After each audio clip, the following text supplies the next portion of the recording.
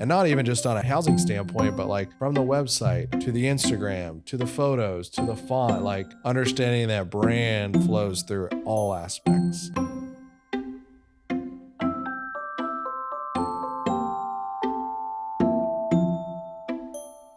Hey everyone, Michael Conrad here with the Business of Homes podcast. I am back with Josh Ellis. I had to bring him back because this man knows so much about so many things and, in my opinion, is a great connector of many different verticals. And I think that's really important for this podcast in general because we are itching and scratching at this sort of underlying part of real estate. And underneath real estate, we're not just selling homes. We're not just facilitating people getting into the next place to sleep. We are really trying to achieve a much larger sort of metaphysical, higher goal here, where they can host, where they can come together. Neighborhoods, cities are formed from homes. And so at the end of the day, Josh and I have known each other for a long time because he has connected back to me in so many different respects. You have touched the world of design, the world of style, the world of community connection, and of course, real estate that sort of binds it all together. And so I'm just really glad to see you again, man. Thanks for coming back. It's good to be here. And I would love for our listeners to sort of go with us on a journey where we try to weave together and sew together these sort of somewhat disparate elements. Like if you talk to someone about like fashion or style or design, I mean, you could be talking about a wide variety of subject matters, none of which I would say natively connect back to homes and real estate. But oh my gosh, if you find the pathway back, it's such an easy connection. I think just my approach and view on the world, I don't know where it came from. This simplicity, monochrome, everything is like beige, black, white, minimal, but it flows through so much of my life. It's the Gucci ads of the late 90s and early 2000s. I'm sure of it. I mean, it's one of those things where I've actually never categorized them of like, here's what I like in real estate and design, more so in like the architectural standpoint. Here's what I like in vehicles. Here's what I like in fashion. Weirdly, it's like my style and how it then approaches each one of those segments. Like if you looked at my Pinterest, you'd be like, this is all the same person. Like these shoes kind of look like the same style that would fit in that house. And then the car channel kind of looks like the cars that would be in that garage of that house. And it just has a way, I don't know, it's like branding, design, architecture. No matter what the space or the industry is, I feel like I just have a way of seeing it in a certain, from my perspective, which generally is more minimal, more modern, or like, I don't think I have I know for a fact I don't have a shirt with a logo or any print on it. Yeah. Not one. I've been given stuff. I'm like, oh, thank you. You know, Trash. I mean, a Nike strike, but I'm like, but it's this color and it's for the gym with those shorts, which are also Nike. So what you're getting at though is an interesting concept because design sometimes starts in a place where we express it. And sometimes it starts earlier. And I would not consider myself a high design person. So I probably fall more into a traditional camp where I see design as through the lens of a specific application. Yeah. So the design of a home, but differentiating a home's exterior versus a home's interior. Design through how I look in photos, in fashion, in style, in that way. And so how has this changed over time where you have formed this design identity? Because that's what you're really getting at. And I would say that many great designers over time have a very clear sense of a design identity that is transcendent between applications or even atypical for that time. So how has that developed for you? Where did you start to see that early come up?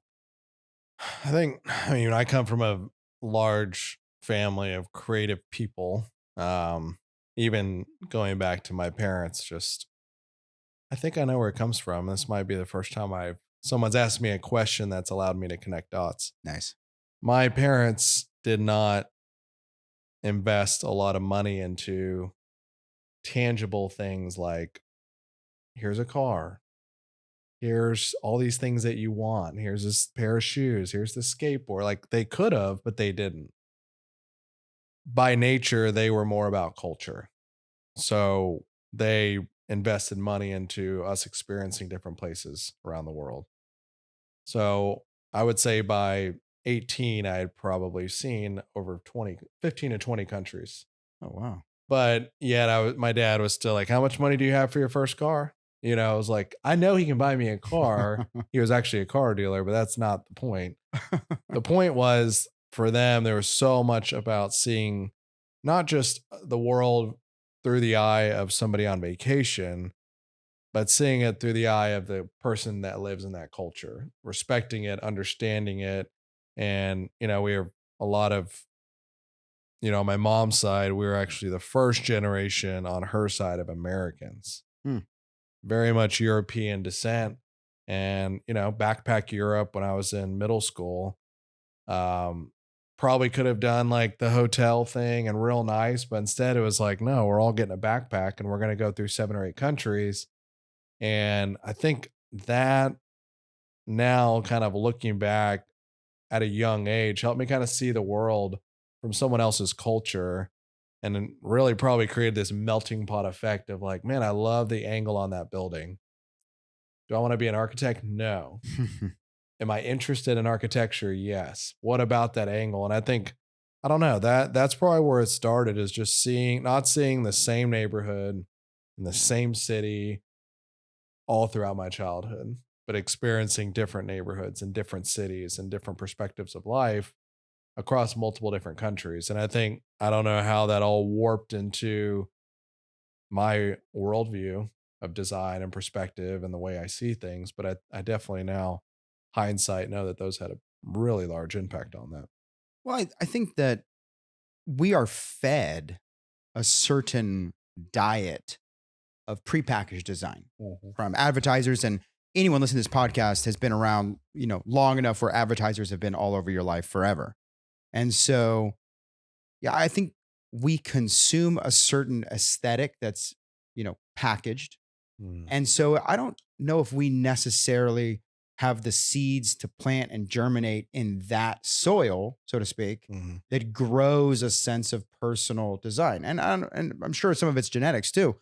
But this idea of a multifaceted sort of cultural understanding, Yeah. or being able to see many different perspectives, allows you to not only just in a simplistic sort of way pick and choose Mm. to form design aesthetic, but it allows you to kind of begin to blend and blur the lines because nothing is being force fed to you. So that's an interesting idea, that as we begin to open and expand our own design palettes, that you have a better chance for your own design aesthetic to sort of come up and out of that.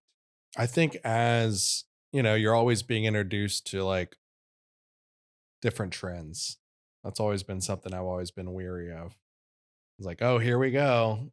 What's on trend? What's on trend, or without even consciously thinking about this, liking something and it be a little peculiar. Or people may ask, like, why did you paint that house black? I'm like, I don't know. And they're like, I've never seen anybody paint their house black. And I'm like, you probably will. Just wait. Right. And, then trying to figure out, is it too black? Is it the right black? And then people are like, it's black. And I'm like, yeah, but there's a lot of different colors of black, right? And then having that house only to then 3 years later be like, there's a black house all throughout Nashville on every street. It became the black and white, everything black HPR on this side, then a white house mirrored on this side. Yeah, monochromatic, yeah. Monochromatic. And that's been a design aesthetic that's come in and out over the ages. So it's no surprise that we're back there. But yes, this idea that taking an innovative step is the risk, but may also be ahead of the trend. In fact, literally looking around and saying, well, what is everybody else doing? And then not doing that, is, I think, a piece of the puzzle. I'm not sure you're going to hit a ringer every single time. But. Right. Well, and a lot of, like, when you look overseas, a lot of those trends are generally happening significantly more frequent do they come over here soon after? Right. And, again, I think probably a lot of my inspiration around things is probably a little bit more of a European descent in some ways. Like I go over there and I'm like, oh, I belong here. Like just leave me in Paris and I'll blend in and, I'll get an accent at some point.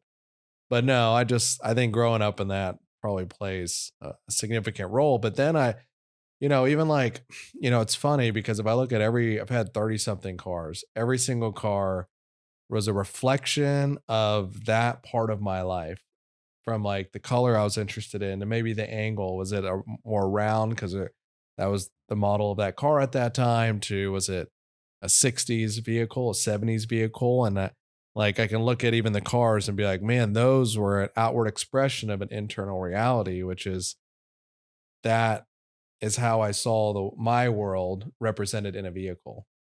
Or if you go to my house, even though if I had the money, my house would, look a little bit different, but I'm doing the best I can. And it is still a reflection. Like people walk in and be like, all right, this is definitely a Josh Ellis house. Or even our rental properties. I'm like, we could just do the basic, but I'm like, but how can we do the basic, but still have an expression of who I am? And that's why, like, on a lot of our rental properties, like, I love owning that aspect of it. And it's a rental property that someone's going to rent for $700 or $800 maybe. But I'm like, yeah, but still we need to do it with an expression, right? Right. Down to like the packaging of our company's, bottles, like all of it. It really, to me, is like, it's hard for me to see it any other way. Meaning it's like I have this, I guess, a lens that I see things now, and people will compliment it. But sometimes I'm like, it's just how I see it.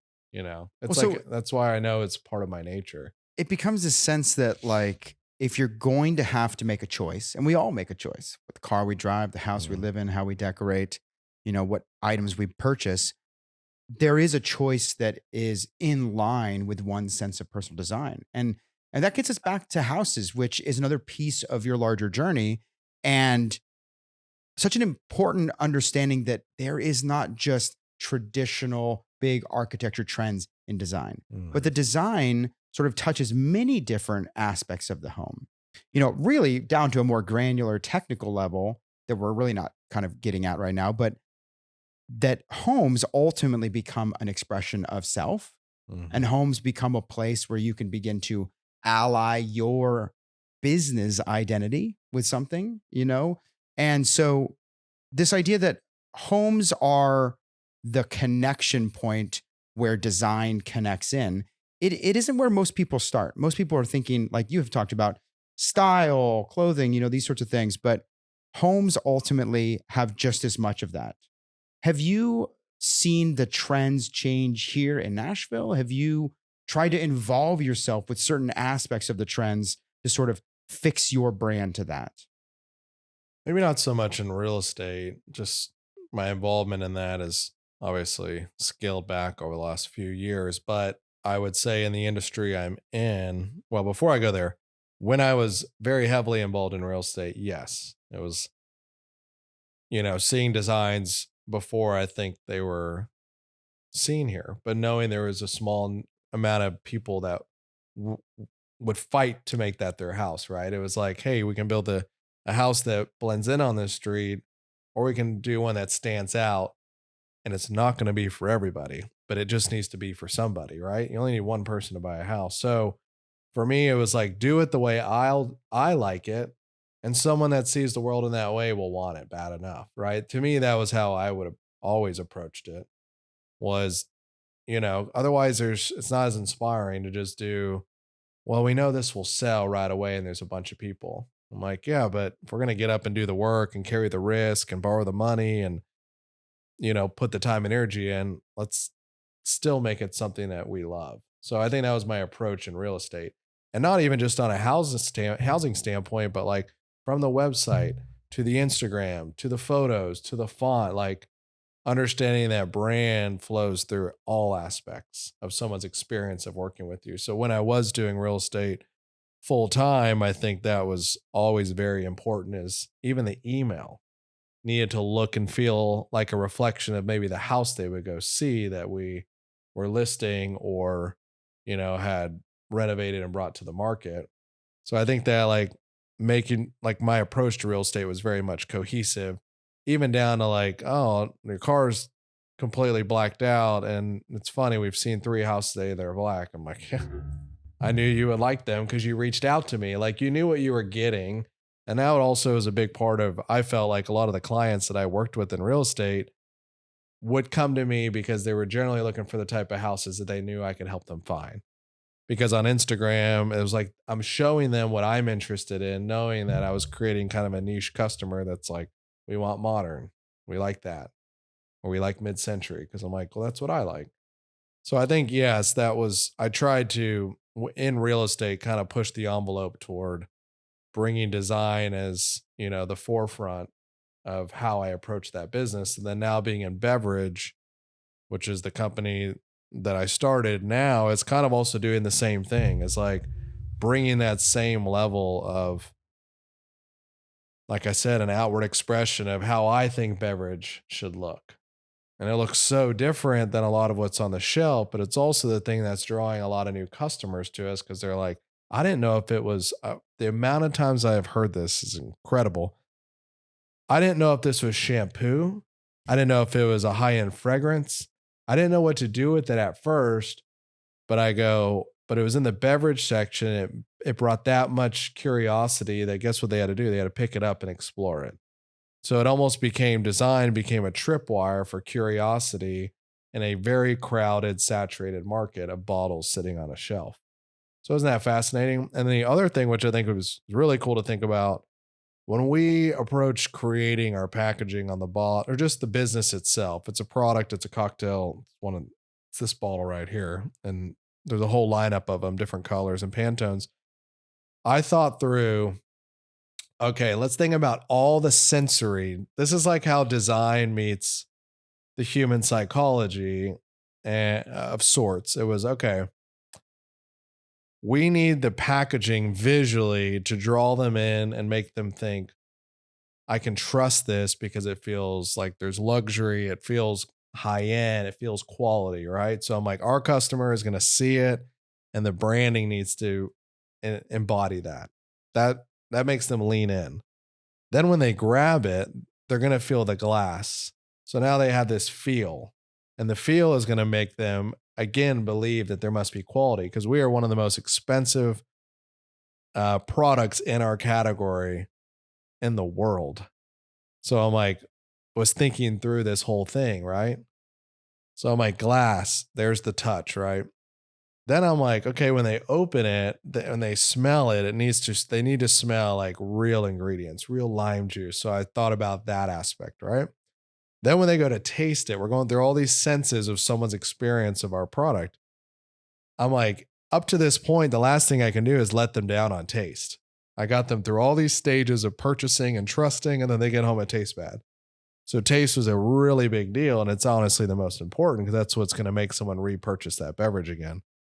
And then the last one was more of an emotional sensory, which was like, when they realize that the name of our company, WithCo, stands for With Company, what they're going to realize when they're sitting around the room with friends and family is like, dude, I now am fulfilling the mission of this company, and it's now a mission of my life. And when you think about that approach, it all of a sudden makes this little bottle sitting on a shelf feel like, when you know the full story, it feels way more intentional. Like every aspect of our packaging. And it was the first time I was able to really bring something fully to life, not just like the paint on a house or the design of an email, but like we're going to bring a product from idea to like a full outward expression of design. I think it's a great example of like our approach to it. Real intentionality.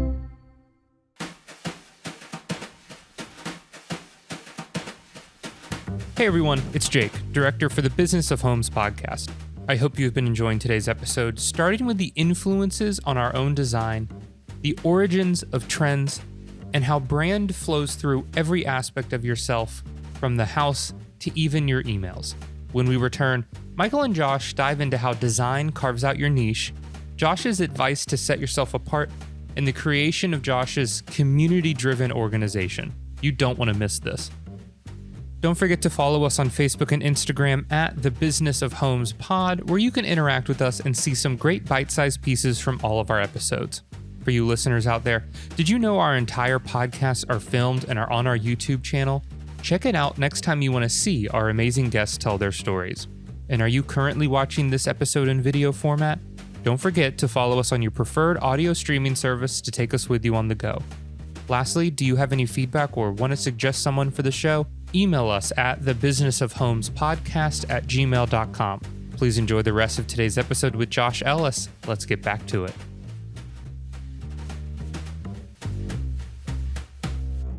It reminds us that design is behind all of it. It's behind the reasons why we choose things and feel things.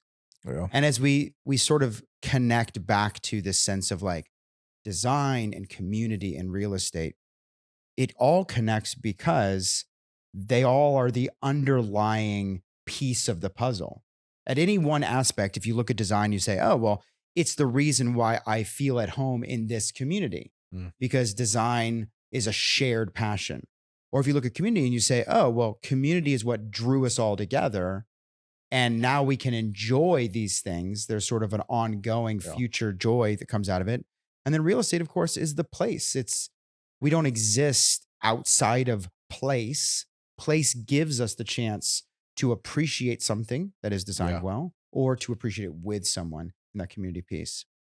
And I love the thought that goes into that. And we talked about in other podcasts, this idea that this niche, focusing on what's not being done, focusing on the ability to create and carve out a niche of your own. Yes, it actually is more risky in some respects than other choices. However, it has a more clear-cut result. Has a more clear-cut result because ultimately, when you begin to carve out a niche for yourself as a real estate professional or as a business professional, you're going to see that return and that result almost right away because you're going to see that audience respond. And I think one of the biggest issues in the real estate sort of grander landscape that we struggle with is this attempt to be universally relevant. And there's always sacrifices in these formulas about trying to open up a market or a consumer base and try to appeal to them. And oftentimes design is sacrificed on the altar of mass appeal. And so this little trade-off that a lot of people don't even think about, but that you do, what houses am I going to show my client so that we can get best adoption ratio for quickest to close, timeline versus like, what am I going to put on my Instagram? What am I going to wear? What am I going to drive? How am I going to speak? All of it matters because you are curating a brand.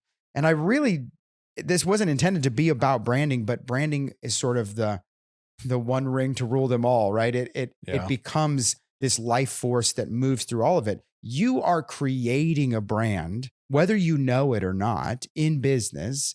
People are applying some sort of brand quality or identity to you. Are you in control of what that is? Are you making choices that's leading you down a brand path? Or are you allowing you to sort of end up in this mass appeal, sort of quote unquote general category? And I think that's the difficult for all of us is that we tug and we pull this sort of tug of war between like, got to get the biggest audience so that I can have the best safety net for success. And I got to get this niche on the other side to make sure that I actually have good, solid, real adoption of what I'm laying down.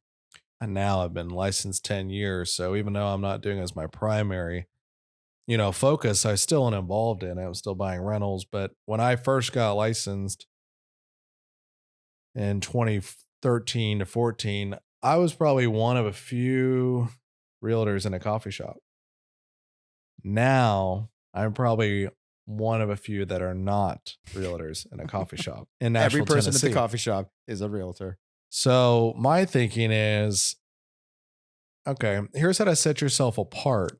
If you're thinking about getting into real estate in Nashville, or if you're in real estate in Nashville and you're trying to move your business to the next level, one thing that worked for me was looking around going, everyone's really doing the same thing, trying to get new buyers and sell them whatever they want, show them everything, or I'm trying to get more listings. What I always try to do is list things I love and work with buyers that love the style that I loved. Feels lovely, selfish, but also like super smart. But what happened is all of a sudden, instead of being known just to someone that can get the job done, became known as somebody that can help find something that they know they liked. And almost by being by niching down, I always had people turning to me. Does that make sense? Totally. Like, think about how many people have owned a car company and then how many people have built a Tesla and a brand like Elon, right? Tons of people have done them, but his approach to it was different. He was very outspoken about it, and it made you almost go like, well, I kind of want a Tesla. Why? And you're like, well, this guy's interesting. And then like he found a way of doing something ordinary, but in a way that was very niche to what he loved. And a lot of people were like, hey, I love that too. And I think, for instance, if somebody wanted to right now go, okay, Josh, give me an example. How would I love mid-century. How would I create a successful business by, being involved in mid-century home? I'm like, well, make yourself a mid-century specialist, first of all. So learn about the architects of that time, the types of design. And then if I were you, I would go into the tax assessor, circle all of Davidson County, and under the settings area, type in year built and type in like 1955 to like 1972 and prospect all the homes, especially in Forest Hill and Oak Hill, that were very predominant in the mid-century architecture, and start reaching out to all those off-market properties and say, hey, if you'd ever like to list, I specialize in mid-century modern. I love the architecture of your home. Just wanted to introduce myself. All of a sudden, now you're creating listings specifically for a look and a feel that is very popular in the city. Well, the next thing you know, a year or two into your business, you may have at any given moment 3, 4, 5, 6, 7 listings that are all something that inspire you because you like it, but also people know to turn to you because that's the style. Something like that. Amazing. You know what I mean? Those are poor, unfortunate souls in Green Hills, Forest Hills are going to get Sorry. hit with so many realtors now. Hey, I saw you have a beam and a sloped roof. I like the style of your house. But this idea that we are needing to push ourselves more towards an aesthetic or a brand. If you're just offering a service, let me convey you from one house into another, then that's replaceable by literally another practitioner, as the statistics show us, or by any software disruptions that is coming down the line, which of course we're seeing lots of. And so this idea of getting deeper into the niche and specializing, it just becomes an incredible piece of the puzzle. And again, to tie it all back, it's design and community and real estate. And so how are you either a pinnacle or a standout in any one of those aspects? Yeah. And if you can identify that really readily, I think that the other pieces start to fall into place. But a long time ago, you had a real estate sort of career that you were pushing, and all these sort of design, ideas that were sort of bubbling to the surface, of course, pre-WithCo. And you started to push towards trying to develop a community connection and a community conversation that intersected all of these things. Why was that happening? I think there was a time in Nashville, it was transitioning from what I call old Nashville to new Nashville. Okay, when is that? I'm dying to know. This is my perspective. 2015 would be the year of 2015 to 2018. I knew it. Where like the growth was here, but you started noticing it was losing a little bit of old Nashville. I think was hyper relational because we'd all been here a lot. And so there was like a level of like a lot of collaboration over competition. Everyone's trying to work together. You pretty much knew a lot of the business owners were all hanging out, the startup community, like the realtors. It was just it was a little bit of a different time. And I think what was happening is all these massive flood of new people were coming, not just businesses, but even down to like the 20-year-olds, the 30-year-olds, 40-year-olds, all moving here. And I was like, man, there's about to be a dysfunction in community around people really being connected because there's so many new people coming here. How interesting would it be to do a series like a pop-up series specific to gathering, but have no agenda, not like a networking group or not like this is for realtors, this is for X, Y, or Z. It was like, what if it was just called like we had cocktails or drinks? Because I was starting a cocktail company at that time. So I was like, well, that would be easy because we could just provide the drinks. But I was like, what if we just got a bunch of people all in a room that had never met, had some music playing, and just were like, there you go, hang out. And it seems so simple, but what would start to happen is everyone we did just got bigger. I think I had 11 people at the first one. And I got up and talked about the power of community because at the end of the day, as humans, like by nature, connection is at our core. Like we're so disconnected through social and everywhere that the world has kind of like developed this sense of isolation. We feel connected because we are followers. We feel connected because people are watching our story. Or really actually just becoming more and more disconnected. And so, for me, it was like, well, let's just get a bunch of people in a room. I would probably know 10%, 20% of the room. The rest would be like 70, 80, 90% of people that word of mouth were like, hey, there's this thing at a warehouse. Let's go. And what's funny is the building we're sitting in at right now, I did one in this building upstairs. And, it was probably 80 to 100 people in there. And it was a blast. But it was called Cocktails and Community. And kind of the mission, the website is still actually up, cocktailsandcommunity.com. The idea was like in a world of social disconnect, like social connection, we've really lost the art of true connection, which is not, it's less about, what do you do?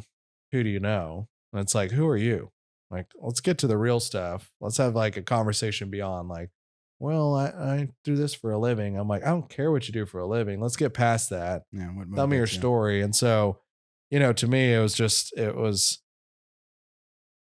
if I could just build community in all things that I do, like that has kind of been my compass for a lot of things. Like the cocktail company is WithCo, stands for with company. So it was like, hey, let's use a simple beverage to build a deeper connection, whether that's, people in their living room or coming to a random event because a friend in Nashville was like, come to this thing with me.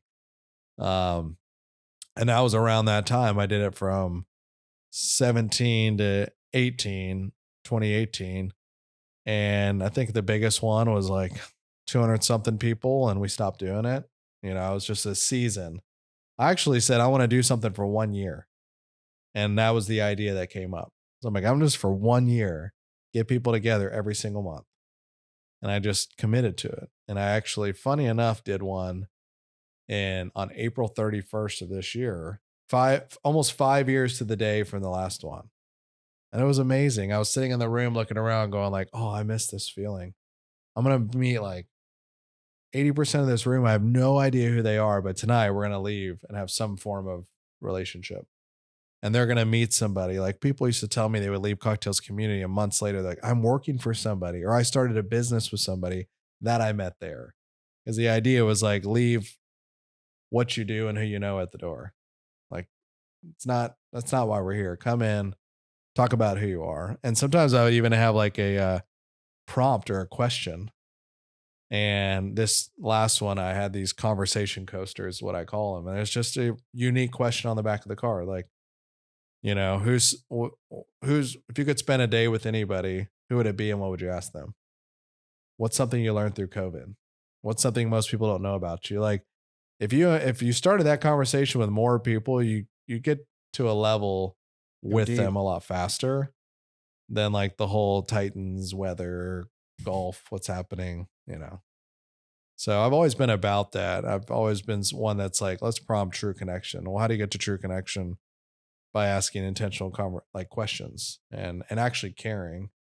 And those are some of the best relationships. I noticed over the years, my circle went from knowing a lot of people to being in a relationship and community with a few people.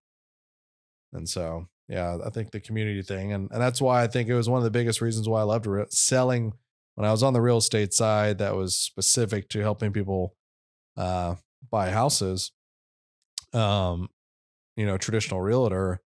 That's what it was about, is like getting them to fully envision their own gatherings in the living room, like being like, what does this house mean? And of course everyone's like, It's a safe place where we want to gather, where we want to raise our kids. I'm like, that's what we're doing here. We're helping people connect the dots to the place that they're going to do that.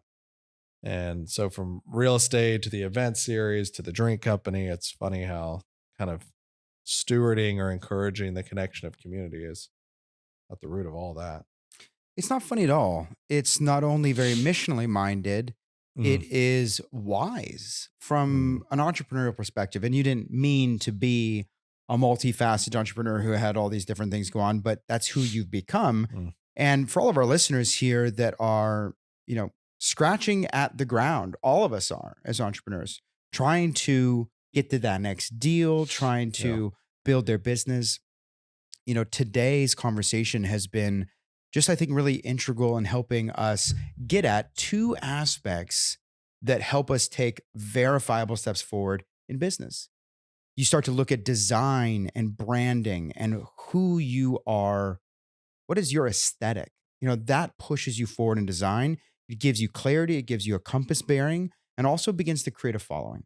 And then as we start to look at community as the reason why we're doing all of it, it's the why behind all of it. And not only that, not only is it the motivation potentially, but it's also just a very good old fashioned way for building the very real relationships that we need to be in real estate. Yeah. We always are going to be doing business we know, like, and trust. We know that. And so how are you going to be more visible so that they know you? How are you going to be creating a brand that they want to be around and can trust? And then they're going to do business with you because they like everything that they're seeing. And so this is generated through many things, but I think design and community sort of rise to the surface as the reasons why we can take steps forward in business. And my encouragement to anyone listening here is make the hard choices. Look around. What is everyone not doing? Do that.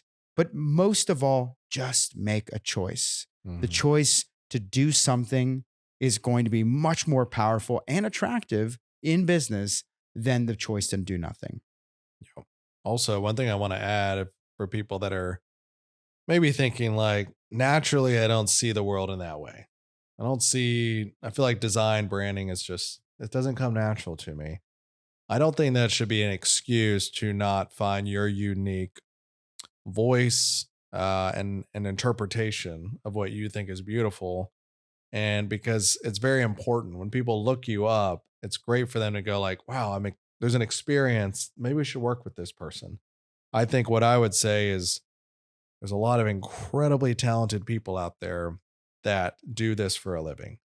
They'll sit you down. They'll ask you a series of questions. They'll help you create a personal brand around whether it's your business card, your website, your signs. Like, don't allow it. If it's not a natural ability, don't allow that to keep you from at least taking a first step, and go find someone who can interpret it. Just because you may not be able to stage a room well, for example, you may be able to see a photo and go, I like how that's staged. There's people out there that can take that interpretation, bring that to life, or take your unique approach of fonts and colors and put together your own logo, your own branding, your own business card. And that's something I do often. I'm telling you, as much as it seems like I would naturally be good at all that, a lot of times what I'm doing is sending a Pinterest board of how I see just different characteristics of it, but I can't actually get it to the finish line. And then someone that is their gift then puts it together and sends it back. And I'm like, oh, you nailed it. Or you didn't nail it. Let's keep going. And then I see it and I'm like, that's it. So I even do that. I go find people that I'm like, man, I don't think I should be like a designer or branding professional, but I think my gift is I know how I want it to feel. So when I work with a designer or someone doing branding or illustration, they're like, man, you pretty much painted the picture 99%. And then you allowed me to complete it. So I just want to encourage anybody that might feel like, man, I love all this. So I'm just not sure that's me. You have it in you. And sometimes you might just need somebody to help kind of bring it to fruition. And those people are in your city. They're out there. It's a good reminder that both in real estate, but also in the business world in general, it's not meant to be done alone. It is a team sport, and it's like community. That's right. It's about community, man. It is beholden upon us to take the steps forward, and we can get tricked into the idea that it's all on us to do it. Yeah. And so you're not copying so much as you are emulating, which has this essential piece of you in the middle of it, you yourself. And that branding piece becomes just this blend of what you like and what you're oriented towards and where you're going and you. Yep. Amazing. Josh, thank you so much for helping us go on this journey where we talk about just these important big picture elements that kind of connect us all again. Hey, everyone, keep listening here. Hit that subscribe button. Thanks so much for your time. And I hope that you'll stick with us here on the Business of Homes podcast. Hey everyone, Jake again, director for the Business of Homes podcast. I hope you've enjoyed today's episode. A huge thank you to Josh Ellis for being a part of the podcast. Go follow him on Instagram at Modern Day Leader and let him know how much you enjoyed their story. Don't forget to subscribe on your preferred listening platform and make sure to follow us on Instagram as well at the Business of Homes Pod. Do you have any feedback or want to suggest someone for the show?